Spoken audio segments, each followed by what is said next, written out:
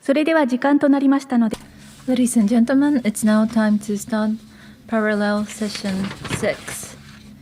Low Carbon Policies in Cities and Creations of Business Opportunities. The moderator for the sessions will be served by Mr. Hidefumi Imura, the Senior Fellow at IJAS.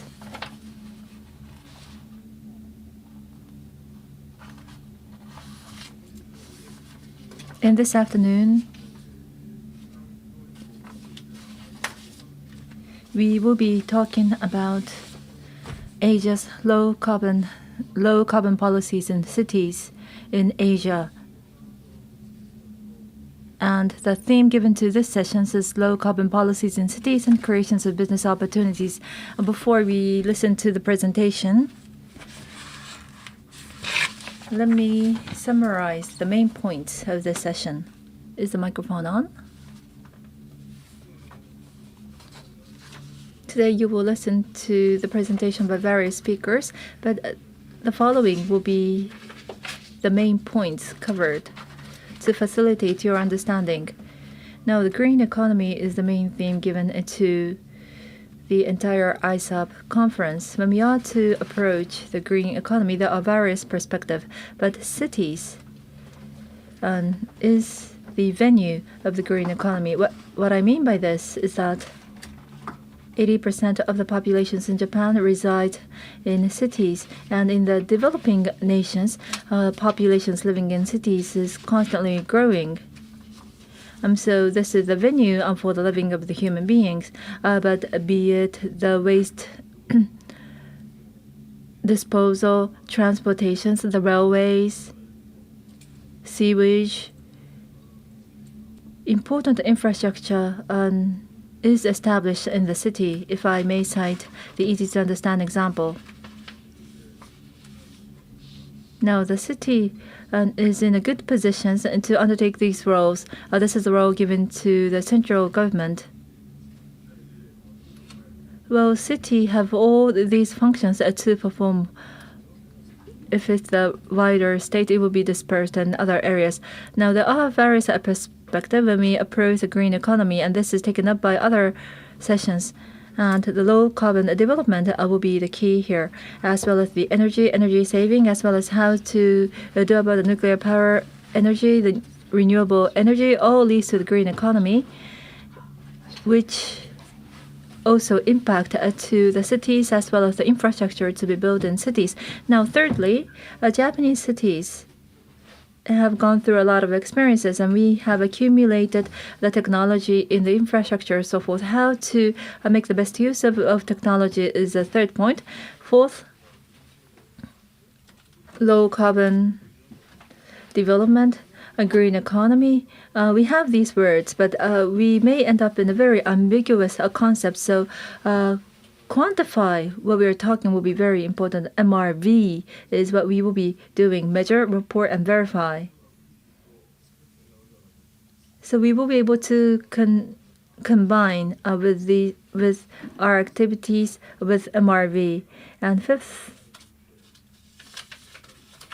city to go into the international arena to consider about the business transfer as well as technological transfer. This will be the business opportunities for the Japanese companies, as well as this can be the opportunity to the counterpart as well.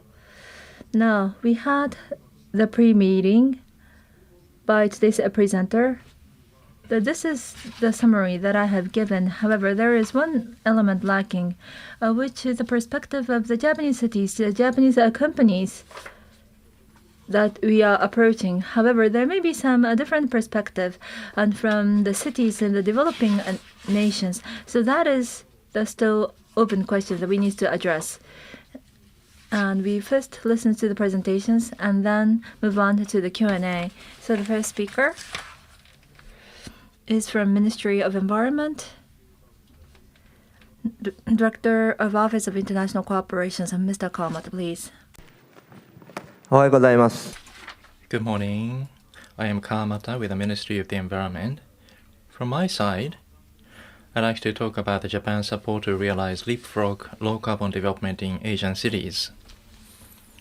On the part of the Ministry of the Environment, we are going to bring into focus the low-carbon society or development in Asian cities and how the Ministry of the Environment is going to support that effort. First, I want you to look at this chart. We call this a leapfrog, which is rather unfamiliar word. In Japanese, isokutobi, so one big step forward. As shown in this graph, in the past, developed countries, when it comes to energy, well, first of all, the vertical axis is emissions per capita, and the horizontal axis is modeling sustainable, clean, and low carbon in Asia. And the greenhouse gas and pollution, the water pollution, in the same way, this graph can be applied. In the developed countries in the past, energy was abundantly consumed, thereby achieving the economic development. Now we have come to this stage of the issues, and we are now aiming for low-carbon society. In the developing countries, they are on the process of developing their countries, and if they follow the same footstep as the developed countries, as shown in the graph, because of the climate change impact, there will be floods or unusual weathers will be prevailing, which will lead to an unsustainable Earth. Therefore, for the developing countries, while working on the development of their countries, they should not follow the same step as the developed countries, and they should leapfrog to the low-carbon society, which we call it leapfrog development. Without that, the holding the increase of the global temperature below 2 degrees Celsius would not be possible. As compared to the 1990s, the developing countries' emissions is already twice as large. And by 2030, that is expected to be 3 times greater as well. So leapfrog development, as we think about it, we pay attention to the cities because the population ratio of Asia accounts for 40%. In 2050, that is going to increase to 60%. Therefore, at present, GHG's 70 to 80% comes from the cities, and therefore, we need to address that particular issue first to start with. Along with the ASEAN countries, we are making efforts for the environmentally sustainable cities since 2008. From each country of ASEAN, we picked up some cities and designated them as model cities. Not just low carbon, but waste and other environmental issues are also addressed in those designated cities. So each year we hold a high-level seminar as well. In East Asia Summit Environment Ministers Meeting and ASEAN Plus 3 Environmental Ministers Meeting, in those meetings we report the progress each year. Japan supports those efforts.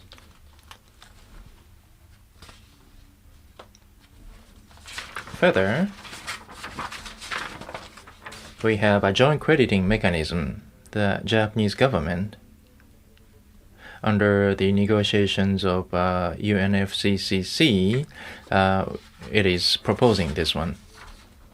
I understand you are very familiar with the CDM, Clean Development Mechanism, that is. It is a rather similar mechanism to that. However, as for CDM, there are many issues that have been pointed out So we'd like to make a joint crediting mechanism in such a way that will overcome some of the issues from CDM. Addressing CDM issues would be very time-consuming, and the methodologies are rather complicated, and the areas are rather limited as well. And countries for those projects are also limited in number as well. And so we want to overcome those issues. How are we going to do that?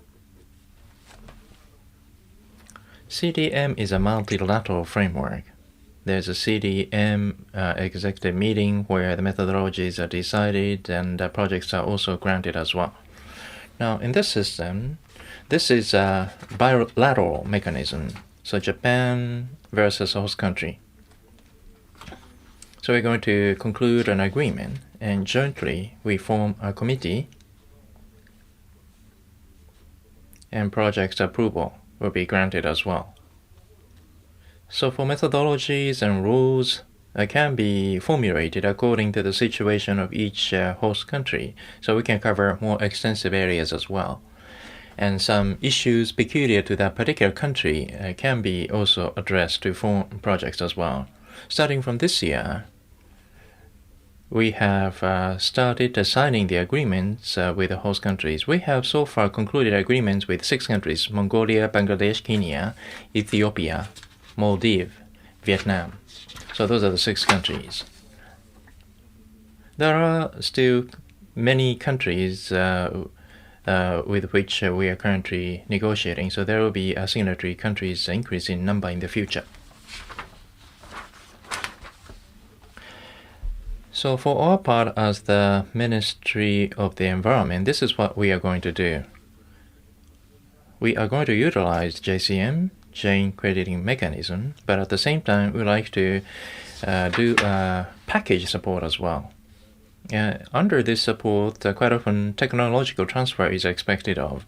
But when it comes to the environmental issues, it is related to economy as well. So there has to be regulations and incentives. Otherwise, the technology is not going to be introduced or transferred. So the plans, regulations, standards need to be well put in place in order to make this possible. For that sake, in the developing countries, there are still leaving to be desired in that area. So we would like to utilize our insight and technologies for that area so that the developing countries can make necessary regulations and standards.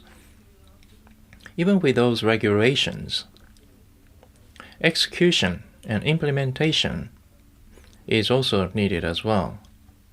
Otherwise, there will be a loss of incentives on the part of the companies who are going to introduce technologies, and therefore, the government side of the capacity building is also needed to enable execution. So technology, system, human resources, so all these 3 will be provided as package support so that the low carbon technology will be introduced to the host country. The central government, in the case of Japan, the Ministry of the Environment, not just that, but the local governments and private sector companies and research institutes, we are going to collaborate with them. So we are going to extend support in a multifaceted manner. Now, this is one example on waste management. First of all, we are going to make a plan. From there, we extend support. And capacity building for human resources development, including training and workshop, will be conducted. Particularly when it comes to waste management, there's a separation and a collection know-how is held by the municipality, so we are going to work with them as well to transfer such know-how to the developing countries, and to focus on reduce, reuse, recycle. 3 R's will be achieved. In the developing countries in Asia, the final disposal side of the waste is very much needed, and so we are going to focus on incineration and landfill issues as well to catch up with the shortage of the power. In May 18th, East Asia Low Carbon International Conference was held, and Minister Ishihara of the Environment made an announcement. He came up with a new program enabling leapfrog development for Asia. Now, this is a very crowded slide, and I'm sorry for that, but this is the comprehensive contents of this support.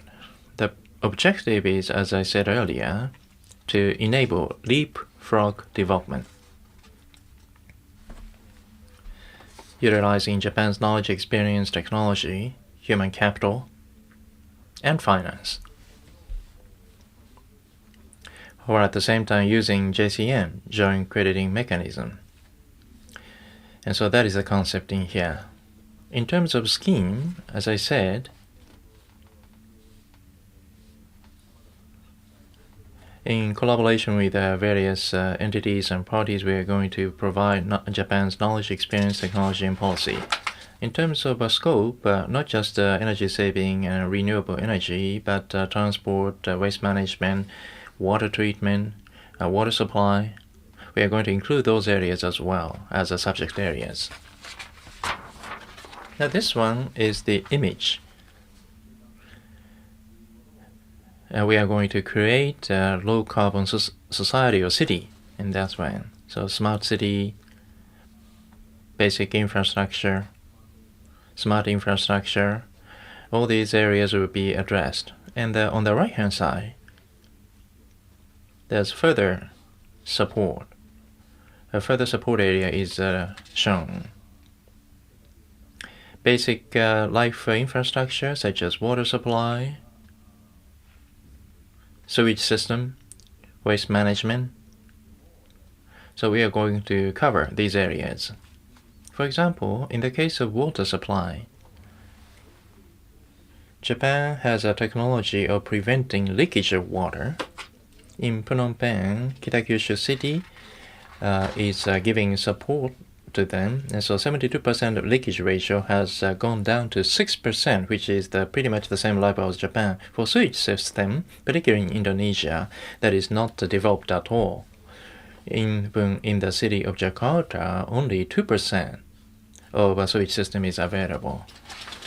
So all the lifestyle wastewater is flown into the rivers, and so rivers are very dirty. As for waste, the demand for final waste disposal is very much tight, and so we need to provide that service as well. The next one is a life service and lifestyle service. Once you go to Southeast Asian countries, hotels and train, airport, and public transportation, you feel that a very nice, cool air conditioning. For them, it's a hospitality. It's their culture. So the sitting temperature is almost very cold.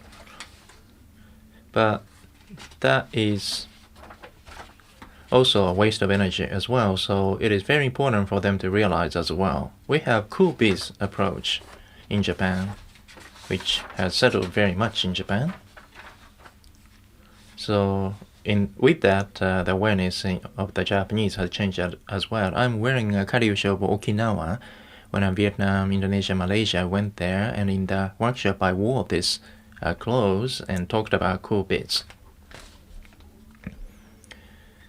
People in there understood our approach, and so how to address the awareness raising is something that the government people are also very much interested in as well.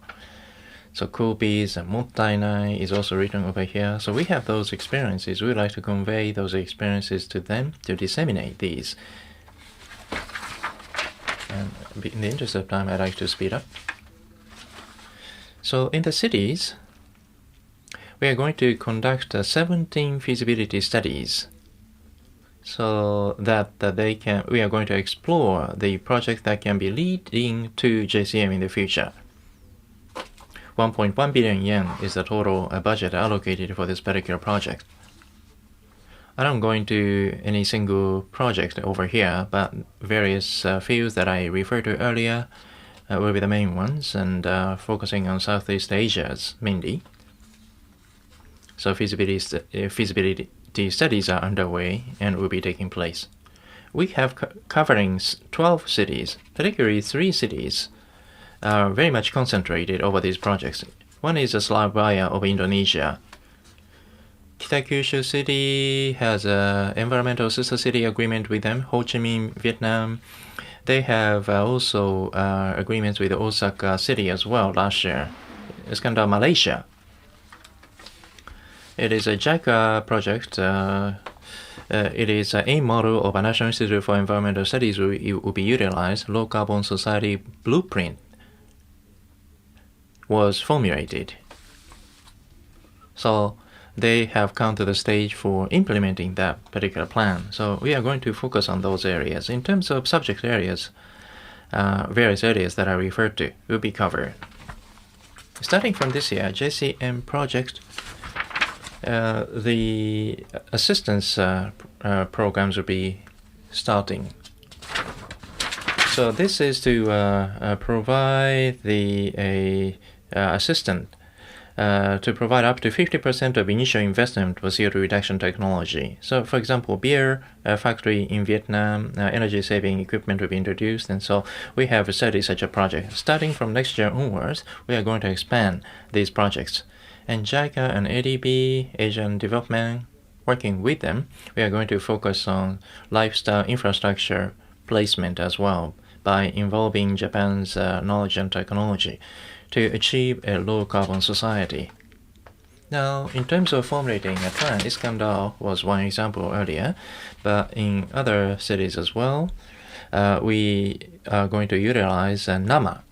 And in order to utilize such a tool, we are making a guidebook right now. We are going to disseminate this kind of tools worldwide as well. We are also trying to make platform as well.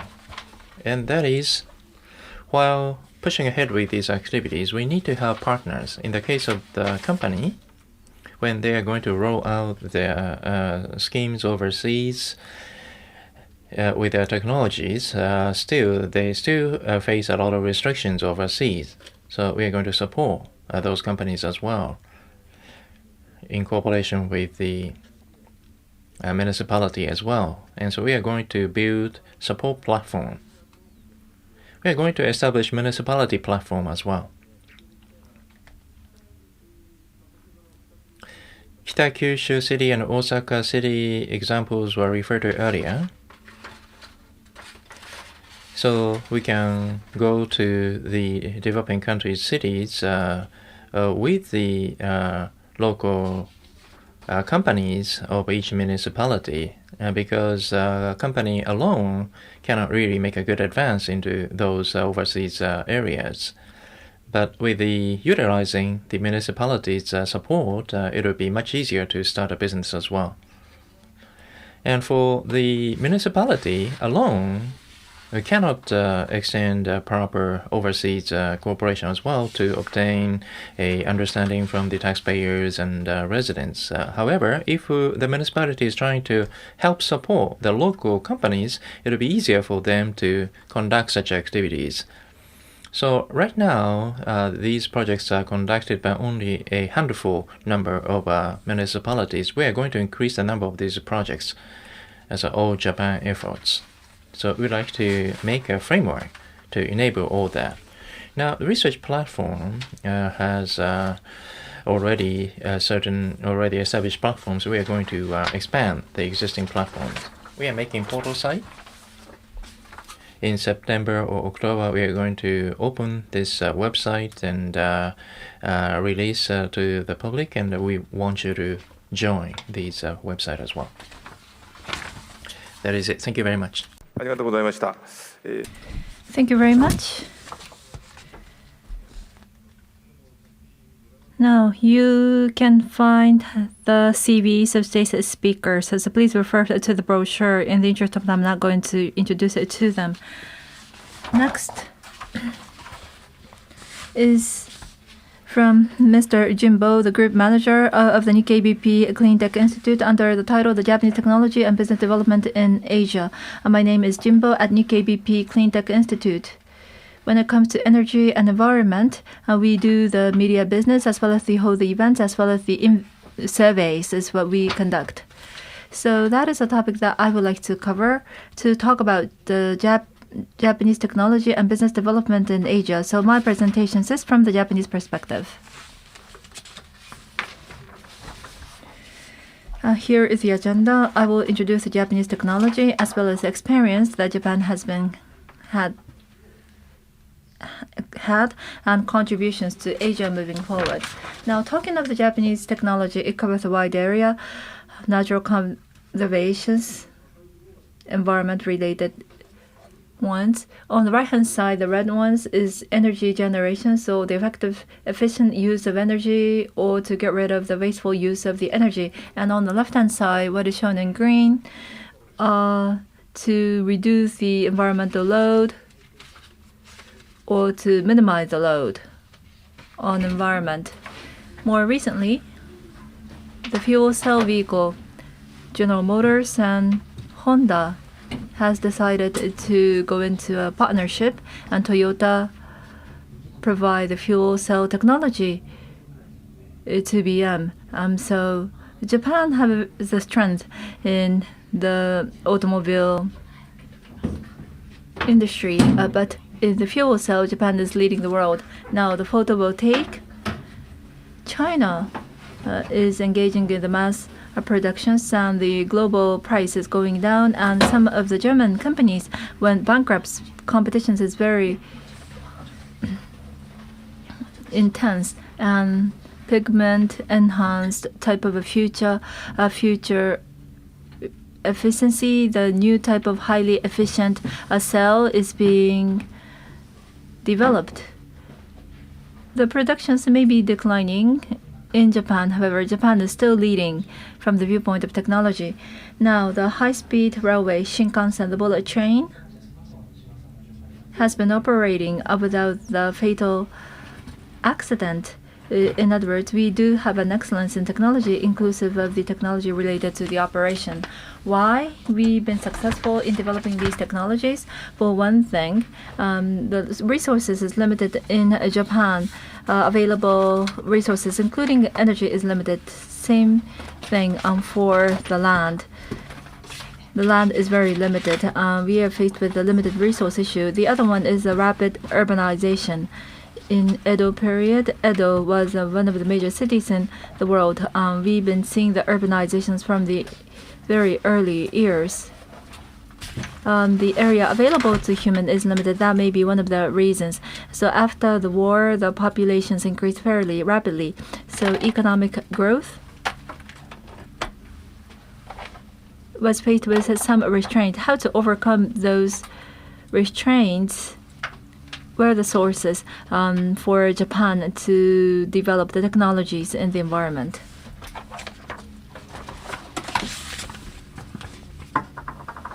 Now, I may digress from the main topic, but this is the renewable energy as well as the alternative and energies. Japan's patent and proportions. Japan accounts for 55% of the patent in this field, but this is a little old data. China's ratio may be increasing, but this is a proof of the excellence of the Japanese technology. Japan has large numbers of the patent in this field. However, Sustainable World Capital from the U.S. has conducted a survey. Top 10 clean tech countries. When it comes to clean technology, they rank the country. Number 1 is Denmark, number 2 Germany, 3 Sweden, and Japan is not among the top 10 countries, but China is ranked number 9. Japanese technology is not well known. Maybe one of the reasons that may be due to the language issue, and there's not so many companies deploying their technology on a global scale. That may be another reason. Do you know which photograph, where this photograph has been taken? This is from Kitakyushu City in 1960s. Or some time in 50s and 60s.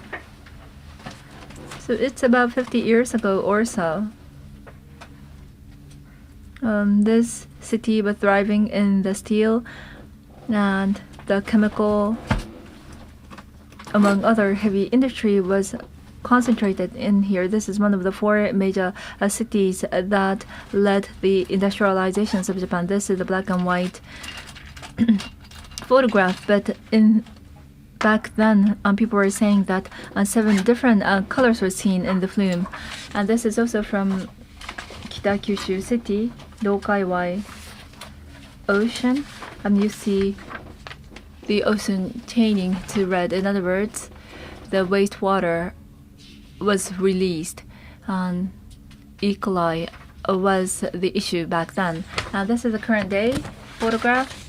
You see the beautiful sky, beautiful ocean, the current state of Kita-Kyushu. What triggered this is in 1970s, the housewife with the children, in view of the future of their children, they wanted to regain the beautiful sky and beautiful ocean. That was the start of the movement. Japan was suffering many different types of pollutions, and there were many litigations undertaken.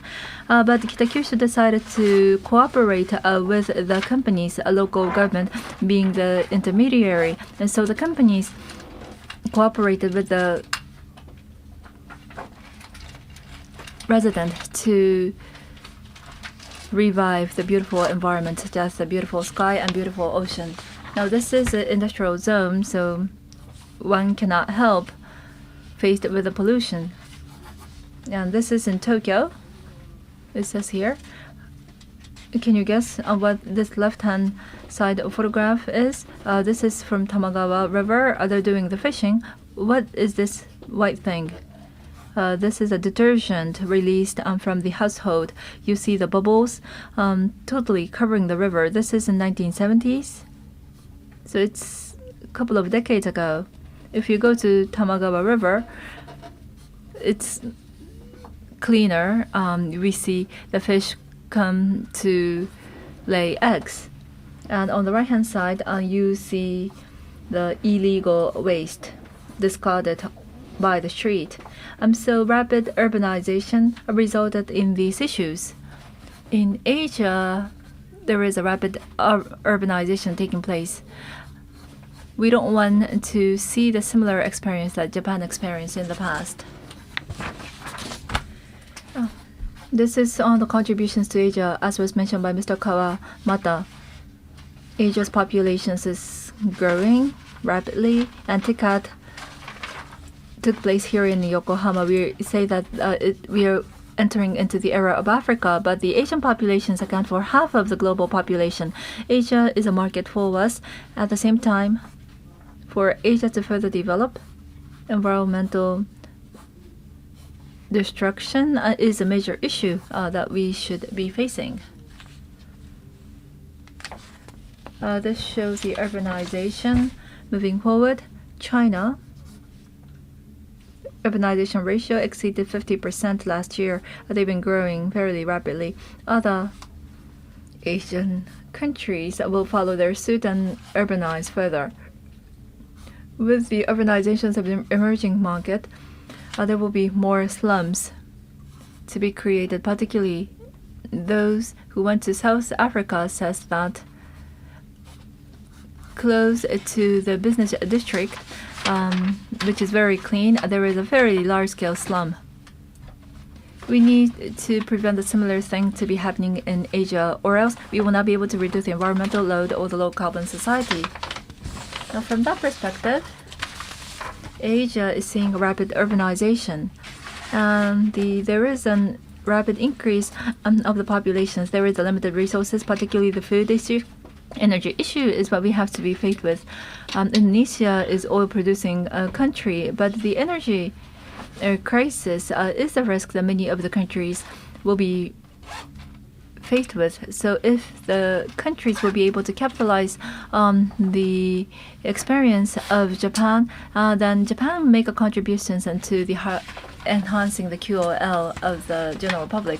Now, from the Japanese perspective, in order to deploy the business in Asia, what we should be doing, one is to have a good understanding on the needs, the cutting-edge latest technology is what the people is looking for. However, there may not be the sufficient numbers of the operators, and there was a talk about the water leakage of the water system.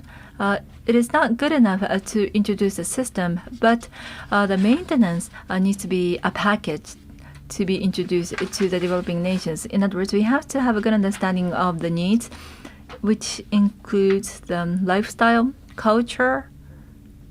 So what we have to provide has to be in line with the living and the lifestyle. The second is finance. There are many countries lacking financial resources. So Japan may be losing behind for lower priced product. The use of the JCM may be one option. So Suyoshi-san may be talking about that. Next is related with operations, not just selling the product, but the service business deployment is one viable option. Yokohama City, Tokyo Metropolitan Government is considering of providing the water service, inclusive of the operations and maintenance of the city water as well as the sewage. Next is the capability to appeal. Japanese may sometimes hesitate to appeal oneself, but we can make viable contributions in technology. So based on the technology that we have, our experience, we need to convey them precisely and appeal them. This concludes my presentation. Thank you. Thank you very much. Next, let me return to the city of Yokohama, Mr. Nakashima, to hear from him how the city of Yokohama is following up on their policies. He is from International Technical Cooperation Department of the Policy Bureau. Thank you for the kind introduction. My name is Nakajima. I'm the Director of International Technical Cooperation Department. In the beginning of July, I was in Jakarta, and I had the opportunity of observing what is happening there. The city was crowded. There were many people everywhere, and it was very vibrant. But at the same time, there were many traffic jams. It may take only about 10 minutes if the traffic flow is so smooth, but it takes, for instance, close to an hour and so forth. And as Mr. Kawamata has already mentioned, the sewage has not been well developed. Right now, it is only about 4% in terms of penetration rate. Looking at the city as a whole, it's quite smelly because of the sewers. It is vibrant and it is developing, growing so rapidly. But at the same time, the basic infrastructure, both on the hardware as well as the software side, I believe is still lacking. Up until last year, at the city of Yokohama, I was at the headquarters for countermeasures on the climate change. And I was involved in the demonstration, the project for the smart city experiments. I am now involved with YPort, the project at the headquarters. The environmental technology as owned by the city of Yokohama is to be promoted, and we are helping the various businesses. In the Philippines, in Cebu city, and this year with the Da Nang in Vietnam, we have concluded MOUs. And we also have the many requests and inquiries from the different cities. So within the framework of a city-to-city cooperation, we would like to promote international collaboration. And as a municipality, we will be placing emphasis on SMEs, but we hope that the businesses based in Yokohama will be able to active globally as well. The smart city project, the latest development is what I would like to introduce to you. But furthermore, there are twofold conclusions that I would like to emphasize. Firstly, the Yokohama and other major cities in Japan, the experience that should be introduced so that for the emerging economies, sustainable development should be encouraged. And perhaps we will be able to provide some assistance and help through our experience. And through such collaborative relationship, perhaps green growth is what we need to ultimately aim for. The big cities in the emerging economies in Asia are rapidly growing, but they are confronted with many challenges. In 2012, in October, at the Nikkei, the Nihon Keizai Shimbun, the Japan Economic Journal, per capita GDP and the challenges faced by the cities, there seems to be good correlationship between the two. For example, according to the report, the Philippines, the $2,200 is about per capita GDP. This corresponds to the Japanese per capita GDP back in the 1960s. And what was a salient challenge for the Japanese cities then are now faced by the Philippines. For Indonesia, it is about $3,000. That corresponds to Japan in 1970s. $5,000 per capita GDP for Thailand, and that is around the middle of 1970s in Japan. So classic urban problems are faced by all these big cities in Asia. On the other hand, at the same time, the climate change countermeasures and the constraints of the global resources, these are some of the issues which are comparable to the modern the Japanese the issues. So the classic, the more of the issues that Japan has faced in the past, as well as what do we face today, both are confronting the megacities in Asia.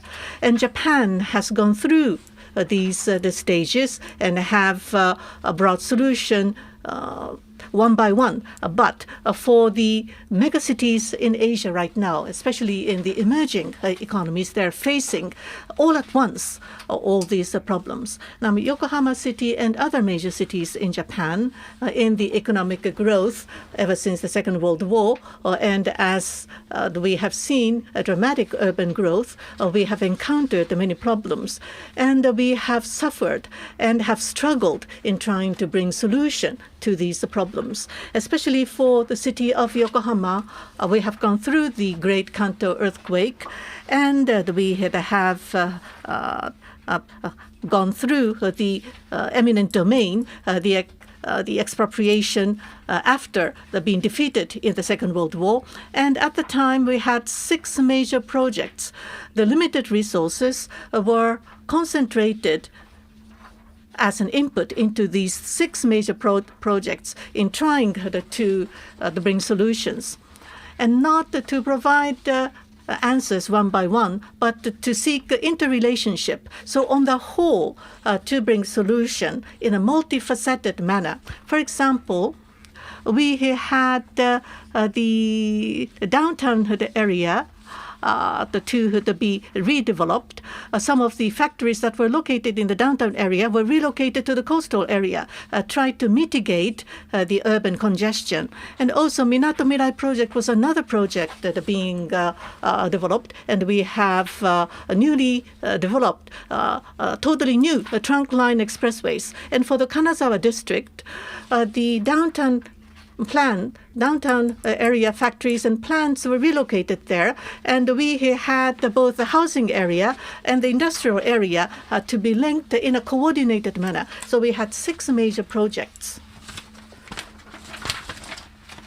So this is how we have tried to provide solution to the problems. And I have mentioned the classical urban problems. The Asian big cities are now facing exactly the same problems.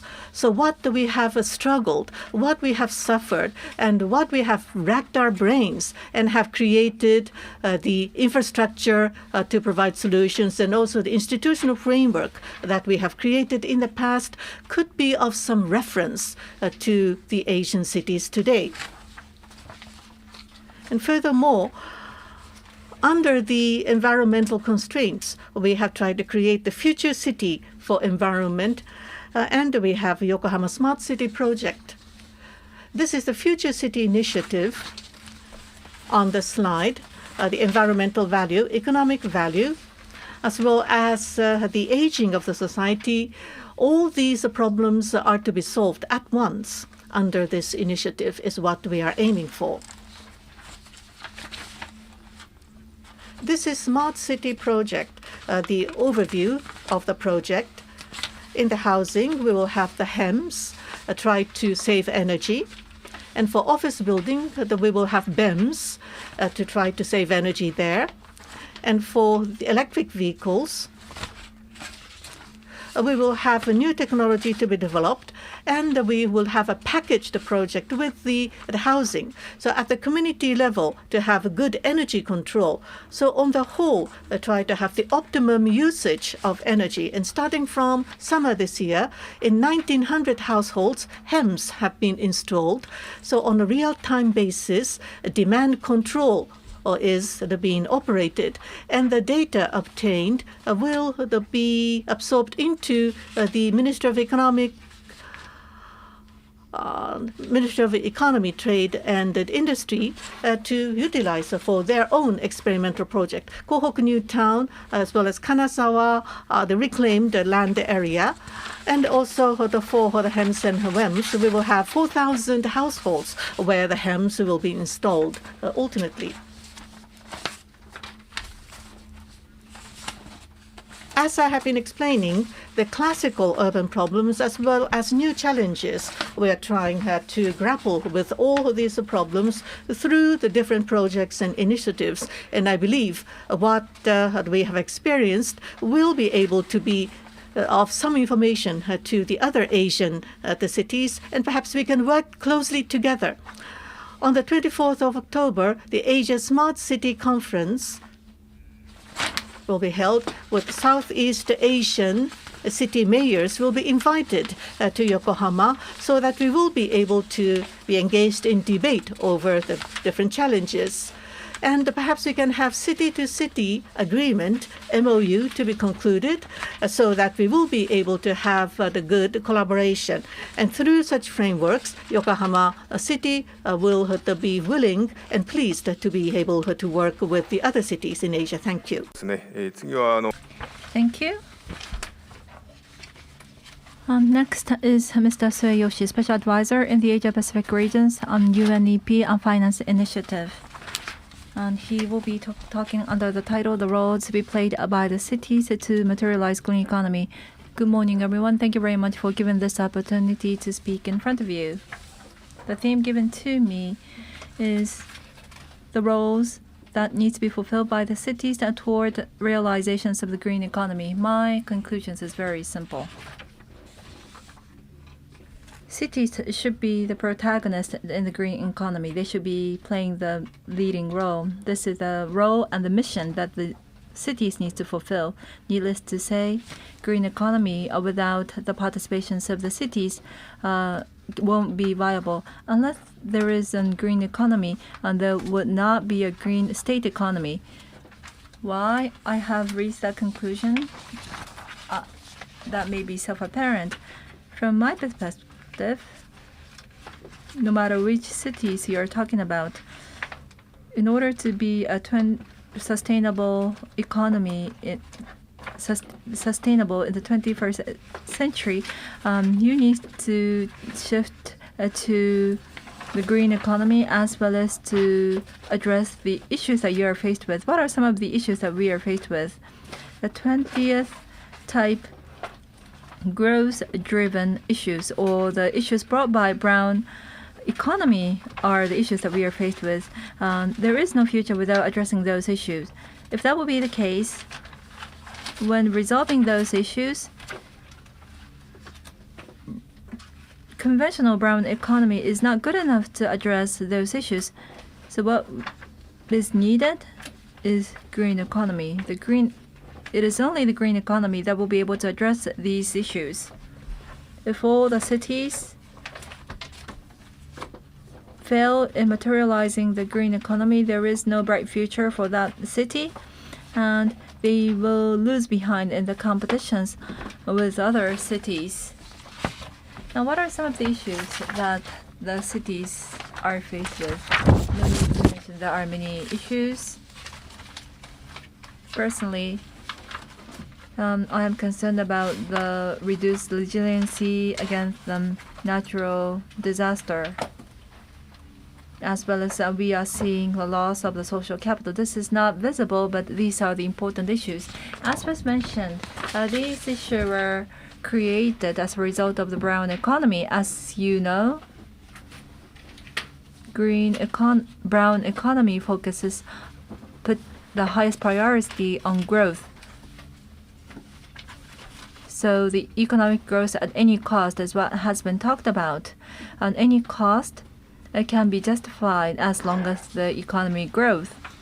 Stated differently,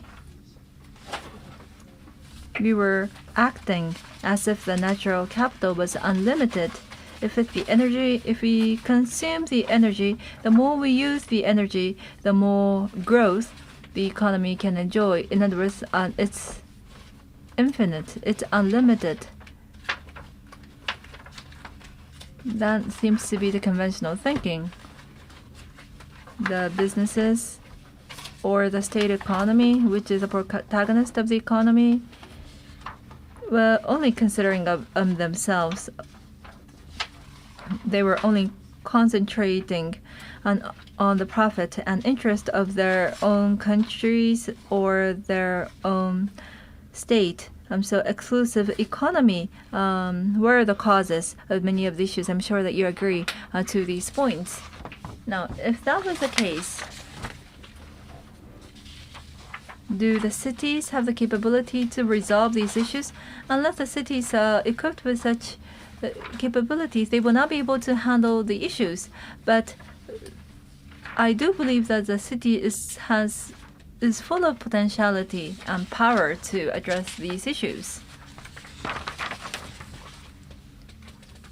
So green economy within a state, within a community to be materialized, the cities is the only potential protagonist that can be playing a leading role. And here are the reasons. Many things are concentrated in the cities. What are concentrated? Some are positive, some negative. Negative factors may be the hindrance factor, but those negative factors need to be resolved because there are the issues. Brown economy can transform to green economy by resolving those issues.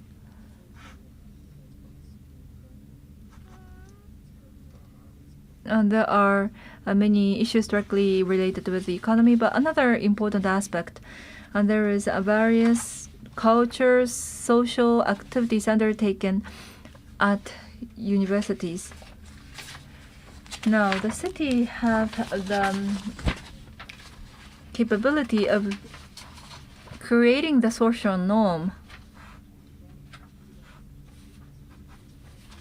People has been placing much emphasis on the economic growth. In other words, people have to endure negative aspect as a result of the economic growth. That was the thinking in the 20th centuries. But the current social norm that we have to create is the high emissions of CO2 is not good. In other words, reductions of the CO2 is beneficial for us. That is type of the social norm that we have to be creating. That would lead to establishment of the green economy. And the city can be a venue for city-to-city exchange or the international exchange. This is one of the potentiality possessed by the cities. Now, in conclusion, with my expectations to the cities, let me wrap up my talk. In cities, if we compare the state and the city have some privilege that is lacking in the state. Now, the city has a lightness which can move faster than the state. Before the national system would be changed, the city is light enough to change the city system. Take, for example, Tokyo Metropolitan Government several years ago started to set the upper limit for CO2 emission. The target has been given to different businesses, and if they exceed the target, they need to resolve that through the dialogue with others. This is a good example of the cities taking the initiative before the state. Kitakyushu, Yokohama, various good examples are also shown, but this is one of the benefits of the cities. And the largest benefit that city has is a direct connections to the resident. The residents, all of them are consumers. If that would be the case, the ultimate power of changing the society, changing the economy resides at the consumer. So if we can fully utilize the power of the consumers, the venue should be the cities. At the outset of the presentations, I said that the cities should be a protagonist of the green economy. What type of economy we should aim for? Well, there is only one Earth. So we should establish an economy within the means of a single globe. Conventional economy was consuming the national capital. In other words, we've been just using up the deposits or just using up the capitals accumulated by the companies. This won't be sustainable. If that will be the case, what we have to be doing will be natural capital to be generated continuous basis. So if there is a principle, then there will be the interest generated. So with using the interest, we will be able to operate the economy. And also the social capital in the cities play a very important role. If that would be the case, inclusive economy to generate the social capital is what we have to aim at. Now my talk may sound very ambiguous, but what will be very important in materializing green economy is change the business practice, which is the protagonist of the business. The practice, the behavior of the business needs to change, or else the green economy can not be materialized. So how to change the business practices? There are many methods, many ways to change the business practices. For one thing, we need to change the policies and system of the state. But consumer is the most important thing for the business. So how the companies change their business practice vis-a-vis to consumers? Or the financial system is an important system for the entire nation. So how is cities going to operate the financial system within their cities? Cities can take a lead in initiating the change before the national government takes a move. Thank you. This concludes my presentation. Thank you very much. That was very insightful, the presentation. City is where the business will cluster, and at the same time, it is a cluster of consumers as well. So, what kind of social norm should be created which would be appropriate for the city? Economic activity was focus of attention up until today, going for profits. Profit seeking was something of a norm for businesses, but we need to create a new norm, a green economy, something very different from the economy had a focused development, something like social capital or natural interest. Those were some of the keywords for the very insightful the presentation. Now, some of the case studies should be presented from now onwards. We will have from the city of Kawasaki, Mr. Hagiwara to speak to us. on the project as promoted by the city of Kawasaki in order to bring a low-carbon society in Asia. Thank you for the kind introduction. My name is Ogihara from the Institute. Now, in trying to realize the low-carbon society in Asia, I am from the Project and Research Group of the Urban and Environment Section of Kawasaki Environment Research Institute from the city of Kawasaki. What I will be presenting would be the trends of the technology development as well as the industries and also the salient characteristics as well as the approach and the concrete examples of the city of Kawasaki in trying to have international cooperation. Now, these are some of the features of the industry in the city of Kawasaki. Steel, electronics, machinery, oil, petroleum, and other manufacturing industries. And we also have some ICT industries located. Especially the proportion of manufacturing is very large. We are in the top-notch cities amongst the major cities in Japan in terms of manufacturing. So from the past, Kawasaki was called the capital of engineering, the place where manufacturing had thrived. But in the recent years, industry, technology, and research and development centers that have agglomerated in the city of Kawasaki, some of the leading names are all located in our city. So we have seen dramatic change. More than 200 R&D centers, including the private sector businesses as well as universities, are located both in coastal areas as well as in the inland districts. We have the major area where green innovations are being sourced from the city. Next, what I would like to explain to you is the approach as well as some of the examples of our international cooperation. And last year, we have reviewed our policy on international cooperation. We have 4 pillars in the basic strategy. And in our debate, we have chosen these 4 areas. In the interest of time, I will skip going into details, but these 4 basic strategies and the measures which are delineated in the strategy will be the basis for the city of Kawasaki to be able to work on our strengths to try to create the city where the many global-oriented companies will be located, leading the whole the world, including Asia.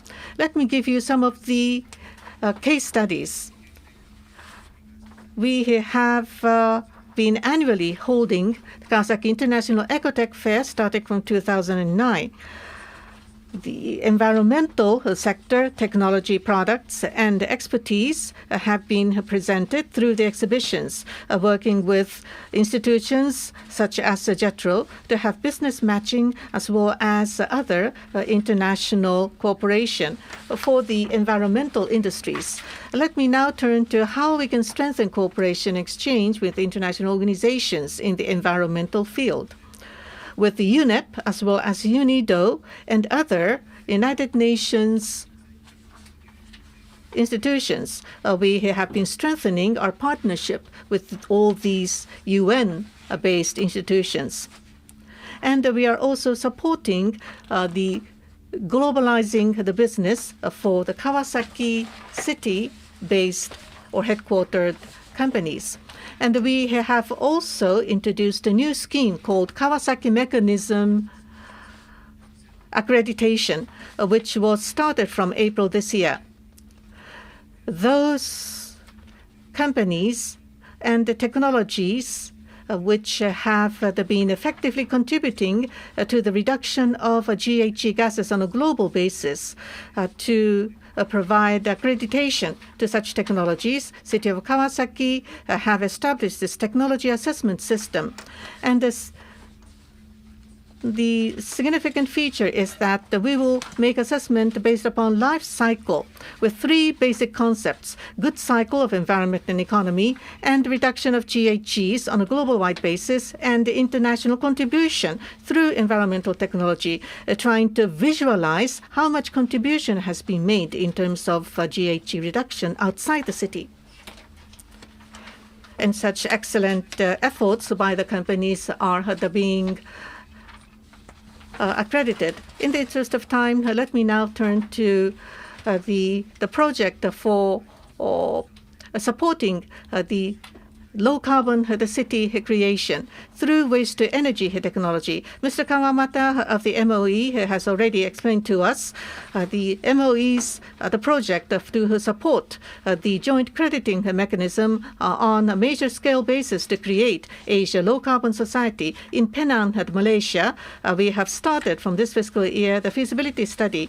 The Penang has a very keen interest over environment. So for UNEP Ecotown project, they have been participating right from the start, especially to try to improve on waste management.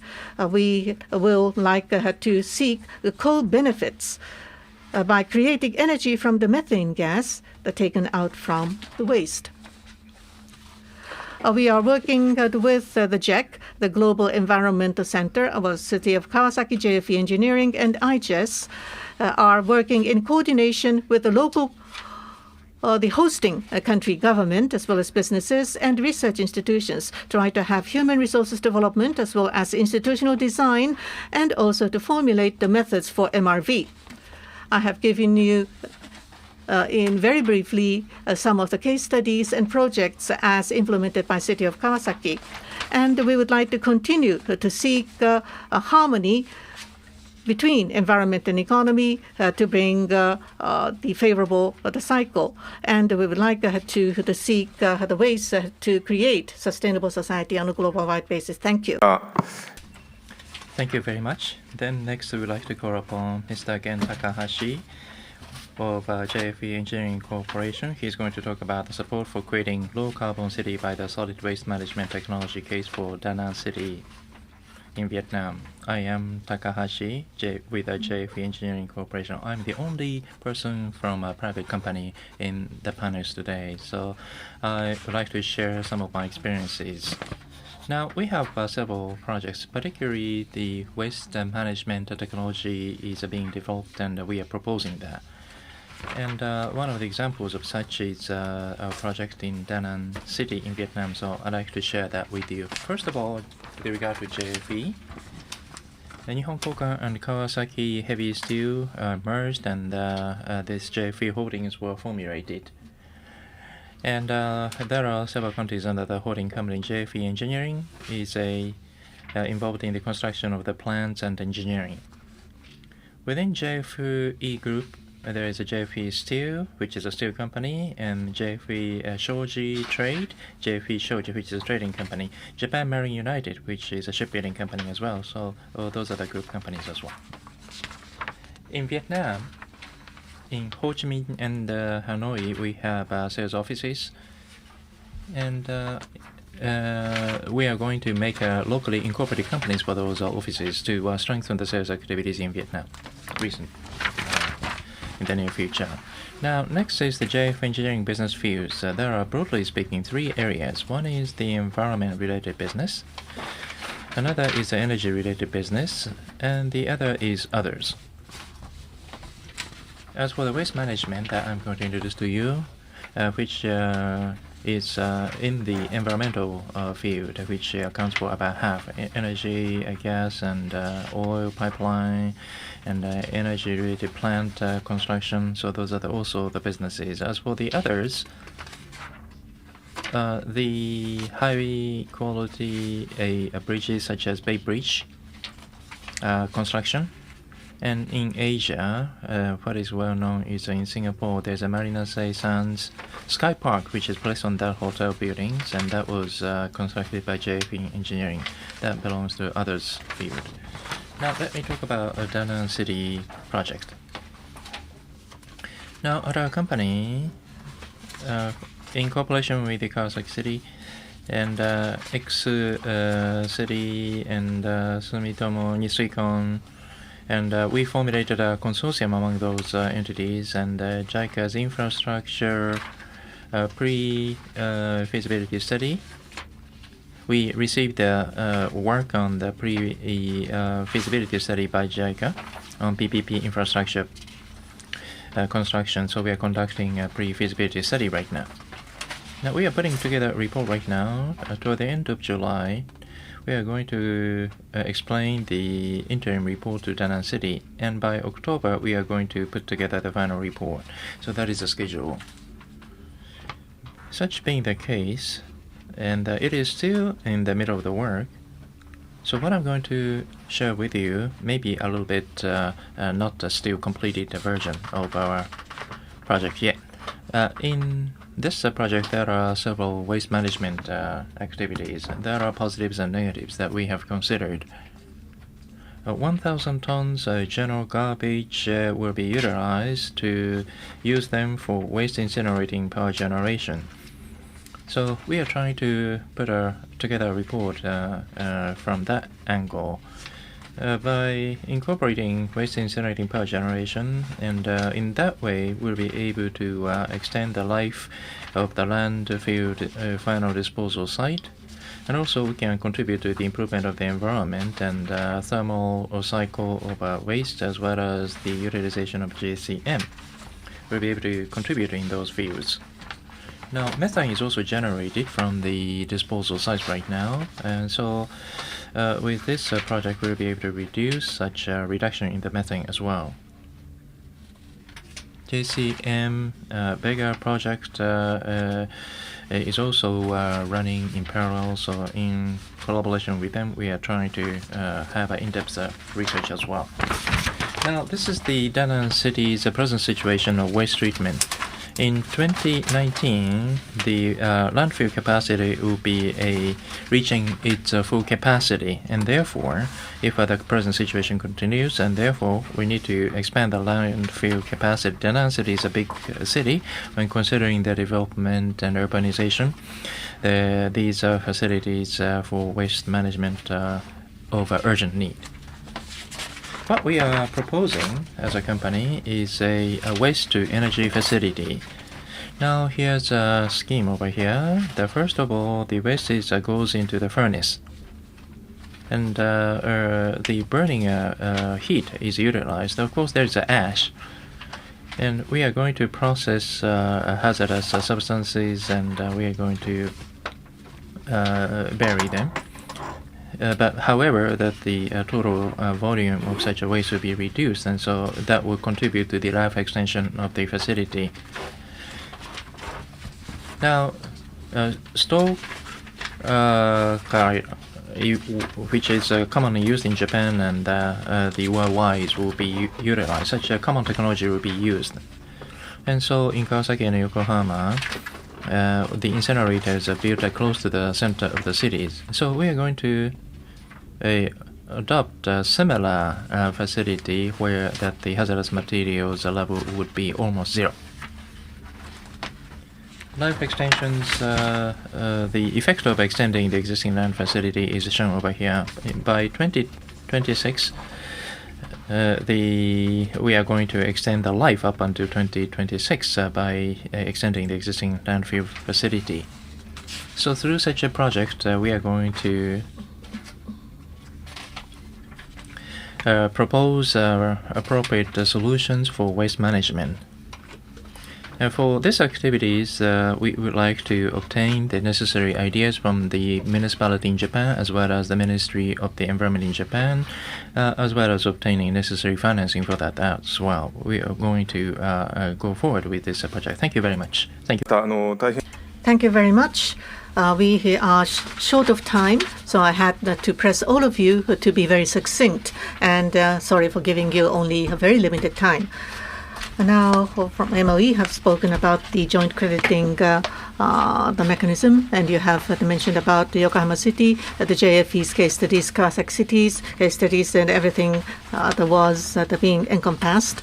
All these would be the foundation for the low carbon the cities to be created, as well as trying to go for green economy. But how to verify with numbers numerically is something I am always questioning of. So now let me turn to Mr. Kawakutsu from IGES, the Principal Policy Researcher for Climate and Energy area, especially to do with the joint crediting mechanism, how to verify that, especially in regards to MRV. Thank you. Thank you for the kind introduction. My name is Kawakutsu from IGES. Because the time is limited, I should be very succinct. My slide is just this one slide. As was mentioned earlier, reduction of CO2 needs to be done in a quantifiable manner. From that perspective, the joint crediting the mechanism needs to be verified through the MRV, the process. I myself have been involved in the clean development the mechanism for capacity building in this area for the past 10 years in trying to develop the low carbon the process, especially in the developing economies. As Mr. Tsuyoshi has mentioned, when we think of green economy, we need to change the business norms. That CO2 reduction is something good is the mindset that we need to create. As I have watched closely the CDM projects were especially be involved in the businesses in the developing economies, how to reduce the CO2. They have been very keen and enthusiastic trying to find the different project. If the others are trying to reduce by 10,000 tons, our company would go for 20,000 tons reduction. For more than 7,000 projects have been registered as CDM projects, and more than 10,000 would be the mark which will be surpassed in the near future. So ultimately, the reduction of the CO2 would be monetized, will beget money. But the argument is how much of a net reduction for CO2 has been seen. That should be quantified, and it should be perhaps be admitted and recognized by the third party from objective point of view, and that is important. So in order to supplement the CDM, the Japanese government has proposed the joint crediting mechanism, and we are steadily moving forward for the implementation of the JCM. And I have given 5 major points as to the methodology for MRV for the JCM. Of course, CDM does have many problems. So improving these problems would be quite important. On bilateral basis, we need to develop the appropriate methodologies in trying to reflect the circumstances of the two countries. But having said so, the important thing is we need to have high level of transparency, and also we need to have environmental integrity. So net reduction is something matters. For the CDM, it is not a global basis. As a reduction is seen in the developing economy, in the advanced country, more emittance will be allowed. So on a global basis, there is no net reduction. But the new mechanisms are being adopted to try to seek for net basis reduction on a global level. And that should also be reflected. So the methodology to try to achieve the net reduction is something very relevant and important. But at the same time, we need to simplify, and we need to make the system more workable. So under the JCM, we have an Excel sheet made available to try to calculate the emissions reduction. And also parameters to be monitored will be reduced and simplified. And the cost would be lower. So even though the reduction is actually being larger, but the actual crediting would be very conservative. It will not be exactly the actual amount of reduction, but still we will be able to ensure transparency as well as integrity. So we need third-party organization to have the verification to be done. The DOE, the accredited DOE of the CDM, and the ISOs, the accrediting institutions, those would be the institutions where accreditation will be made. Another would be eligibility. What kind of projects will become eligible? Under the CDM, additionality was stressed. But it was very difficult to understand. The definition was very difficult to understand. So these technologies, these products, these services, including the maintenance and operation, those would be subjected to the JCMs, and that should be clearly indicated in the methodology. So for the businesses, it is easy for them to understand what is being required. And in the developing economies, they are also engaged in reduction activities. The climate change actions, everything that will contribute to climate change actions will also be very actively to be incorporated. And also monitoring is very important. In actuality, that implementation is being done. And then you need to continue for 10 years or even more. So how can we be able to make it sustainable and easy to sustain? So the JCM's methodology, monitoring is something stressed very heavily. For CDM, baseline was debated. So at the entry point, there was a lot of difficulties. So based upon such past experience, we have made it simpler and easier. But we would at the same time, through monitoring and verifying, we will be able to seek the net reduction solidly. Thank you very much. CDM to work on the low carbon technological development in the developing nations. And this CDM has been fairly useful in the past, but now a Japanese company is introducing JCM, and MRV to cope with that has been recommended. This is slightly different from CDM. The new mechanism now has been proposed.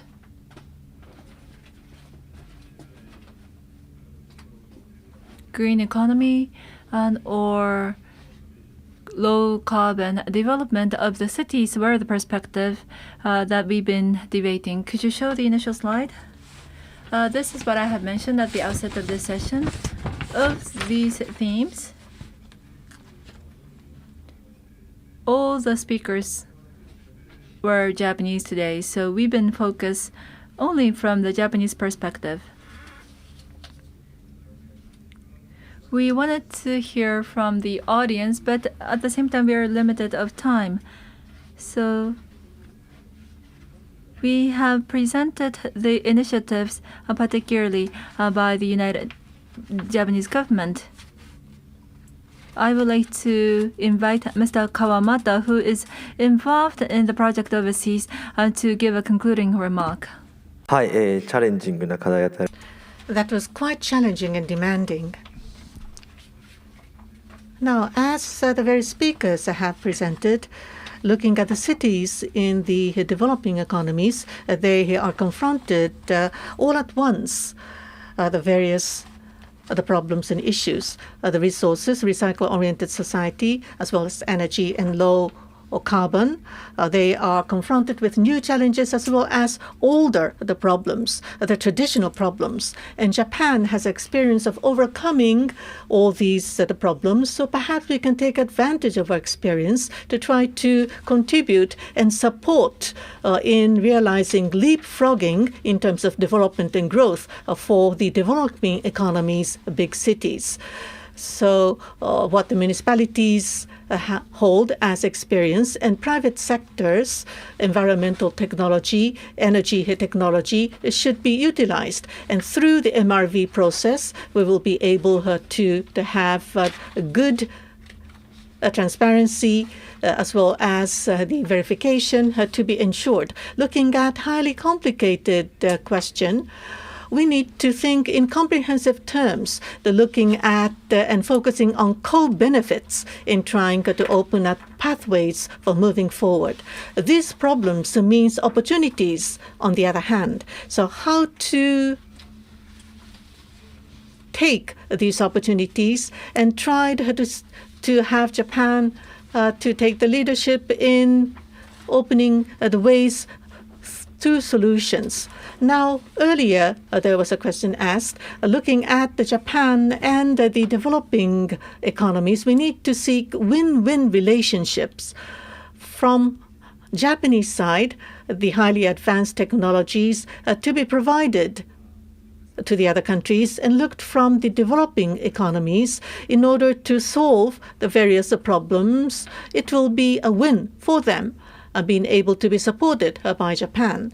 So we need to both think about the win for or each of them. Let's just say a win-win relationship. Does that suffice as a summary? We wanted to continue with our discussions, but the time has passed so quickly.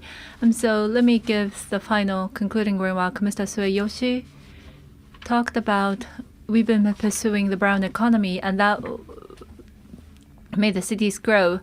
But coping with the brown and to transform it into green would be the new potential of the cities. The world in 21st century, a city can be one of a viable venue. The city can take a lead in transforming ourselves to the green economy to further grow and to establish MRV, JCB included, to establish social norms, come up with system as well as methodology. These are the challenges that we are confronted with. We don't have any more time, so we have to give an end to the sessions. But after the break, we can continue in the subsequent session to present further cases. I'm sorry, I could not entertain the questions from the floor. With this, we would like to end this session. All the panelists, Mr. Imura, thank you very much. We ought to have a 10 minutes break at this juncture, but we will commence the parallel session 7 as soon as we finish making some of the changes on the podium. Thank you.